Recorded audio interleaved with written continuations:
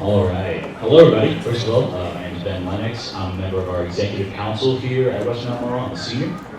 I'm Bailey Hughes, and I'm a junior. I'm also on EC. And I'm Isabel. I'm also a senior, and I'm on DC. And I'd also like to recognize my fellow wonderful EC members, Alex Taylor, Ben Life, and Charlie Sewell, who are also in the audience.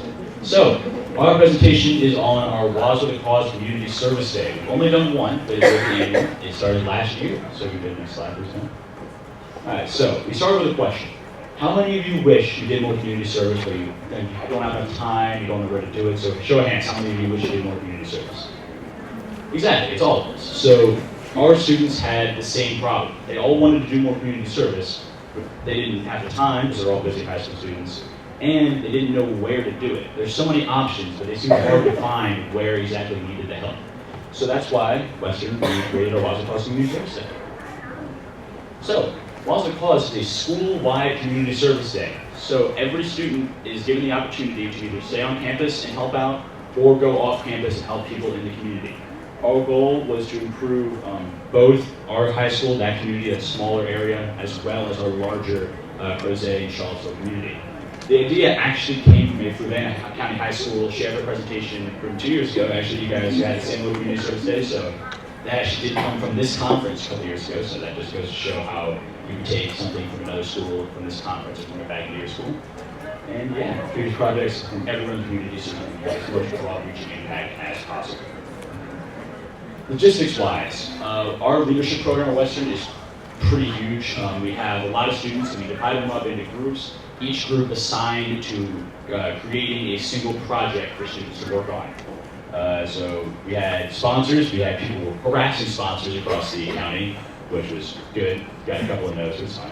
So we have Blue Ridge Building Supply, we got Metal Mushroom to sponsor us as well. Grocery Eye Care, we used these people to get us just a little bit of money that we needed to get our people all around the county, because once again, transportation was huge logistics. We loaded some 300 students onto buses, sent them out, and kept the remainder of our students in the school doing work cleaning up our schools. So it's sort of video from it, which Bailey will narrate for us. Yes, so this is a video that one of our fantastic leadership students took, Caitlin Boyd, and this is documenting a lot of our on-school projects on campus.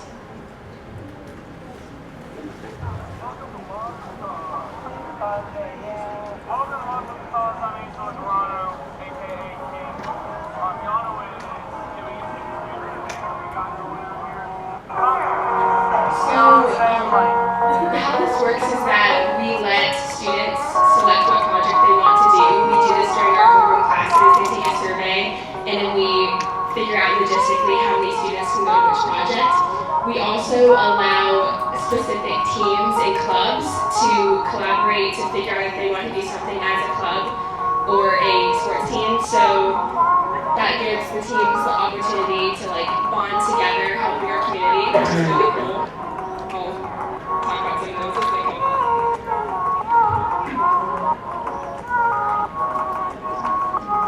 So with transportation, we obviously have a lot of buses because we had students going all over Charlottesville and Crozet, and we just divided each bus, and multiple project groups would go on the bus, and we drive them to where they need to go and then pick them up for lunch.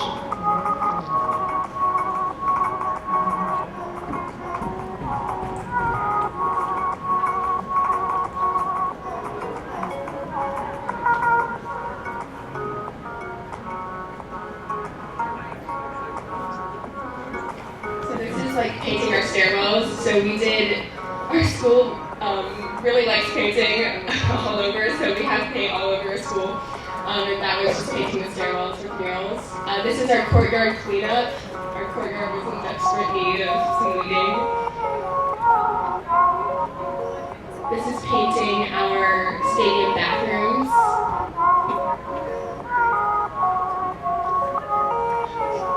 Positive affirmations and poetry on the sidewalk, which was fun.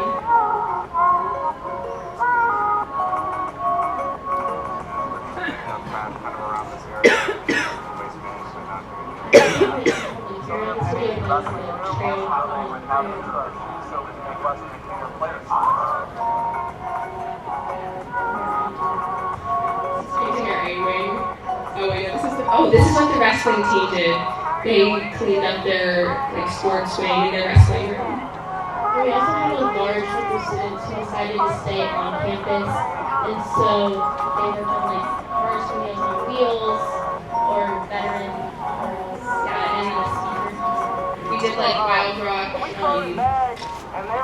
arts and crafts and farm blankets that we had the whole school bring in plastic bags for. It's also notable this is a half-day activity, so we had to have everybody back in time for lunch. So getting that logistics worked out, have everybody going on in the community and then being done by lunch was difficult, but it is clearly possible.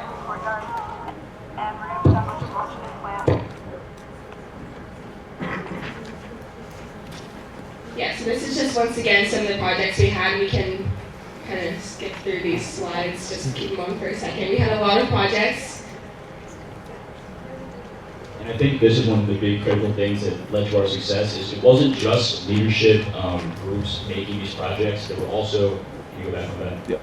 Thank you. There were also athletic teams, clubs. They were also allowed to create a project and offer that project up to their members. So once again, the football team was in Murray Elementary, helped out with the kids there. And it was all of these clubs that had things that they were closely tied to. Rho Kappa is our social studies history honor society, and they went to James John Rose Highland. So it's all of these clubs that they picked a project they were closely tied to already, and they went out and actually helped out those organizations that they were closely tied to. And then at the end, we offered everybody who participated in Walls with a Cause free Ben & Jerry's, which was fantastic. This was a big incentive Yeah. because you only got ice cream if So like if you came. you got a wristband and then that was your ticket to get ice cream. So you couldn't just like skip the first half of the day and get ice cream. And we had dairy-free ice cream also, so. Inclusivity, yeah. Do you guys have any questions? Yes. What about students who opted out? You said that some didn't come for that. Yeah, so we did this like signing up process over like multiple times over like a month. So we really encouraged every single student to sign up. And if students came to the school and had somehow not signed up for a project, we assigned them to an on-campus project like Meals on Wheels or like farm blankets. And of course there were some students who probably like skipped, but the ice cream was an incentive. Plus we had a half day of school, so the fact that they had to come to school for the second half of the day also, I don't think we had many students. It is hard though to just like, you can't make everybody do it. It's difficult, but.